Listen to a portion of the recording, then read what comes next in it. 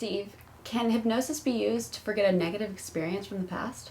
Okay, great question. And the idea is that, really we've all had negative experiences in the past. I mean, things can happen to you, as recently as yesterday or even in the day you're in that you want to put behind you. And a lot of these memories are from childhood, things happen. I remember, for example, I was at a party with my parents, and I must have been about 3 or 4 years old, and I wanted a chip from a bag of chips. So I walked up to the bag of chips, and I reached for it, and some lady said to me, "Your parents didn't say that you could have that." She started yelling at me, and I thought for no apparent reason.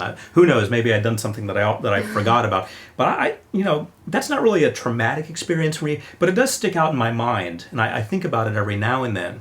So if that had been a few levels up, for example, if she had stood up and started hitting me, for example, or if she had started using negative words about me, saying "you no good," blah blah blah, then it would be at the level where it's not just something that shows up on the radar of my life. It would be at the level where it's probably doing some damage in the present day. It's probably knocking me down a little bit in the present day, and I want to address it. And so when you get into these types of situations, you have to realize that a lot of times they're of a different nature. A lot of times they're of a sexual nature. A lot of times they're of the nature of some sort of sexual abuse from the past. A family member, for example. Something has happened to someone in the past and they want to forget it. The other category of this is sometimes it's someone wanting to remember something. They suspect that someone did something and they want to remember it. These things are generally outside of the realm of hypnotherapy. These are normally relegated to the world of licensed professionals, such as a psychologist or a psychiatrist. These are things that normally you would refer out.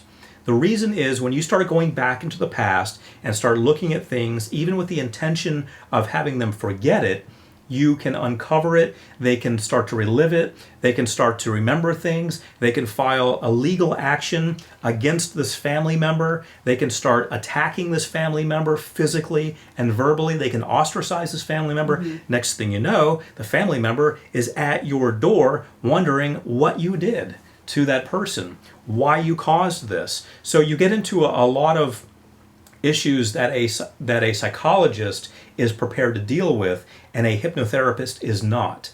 This is something that a psychologist has a protocol for. Hypnotherapists do not. They should not be dabbling with past memories of that nature. However, you can help someone under a psychologist or psychiatrist direction with written legal permission.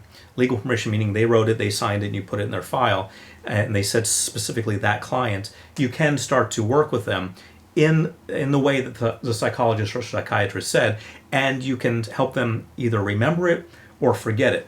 To help someone forget something, you normally would not cause them to actually forget it. Now remember, the subconscious mind is sort of like a boss in an office with a secretary who's retrieving files for the boss. The boss wants to remember a 5th grade birthday party. The secretary gets the file, brings it to the boss. The boss is the conscious mind. The secretary is the access between the subconscious mind, which is the file cabinet, and the boss, which is the conscious mind.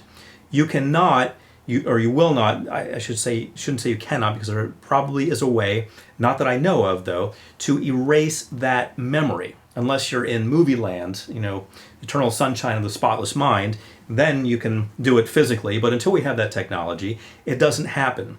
What you will do, however, is to scramble the secretary's ability to retrieve that file for the conscious mind. And so that can be done easily with hypnosis.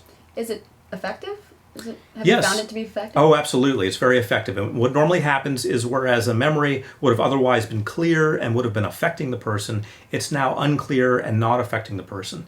Another way to do it is to have them remembered on a movie screen and to add funny things to it, add cartoon characters, spray paint the screen, draw silly faces on people. Although that sounds funny and borderline ridiculous, it actually helps to re-encode the memory. Our memories are never an exact recollection of what happened. We are not video cameras. Our memories are tainted by our emotions and by our physically deteriorating bodies which are housing this information. Our cells are over time deteriorating. This information is not, and they're altering, and this information is not being passed on to the next cells in its pure form, because it's tainted by emotions, and it's tainted by the fact that we are organic. So you've got a lot going for you when it comes to altering memories already. The fact that memories are never memories. They're never an account of exactly what happened. Even your memory of yesterday is not an objective account of what happened. It's your perception tainted by your emotions and your point of view of something that actually did happen. So it's easy to further alter it. That's interesting.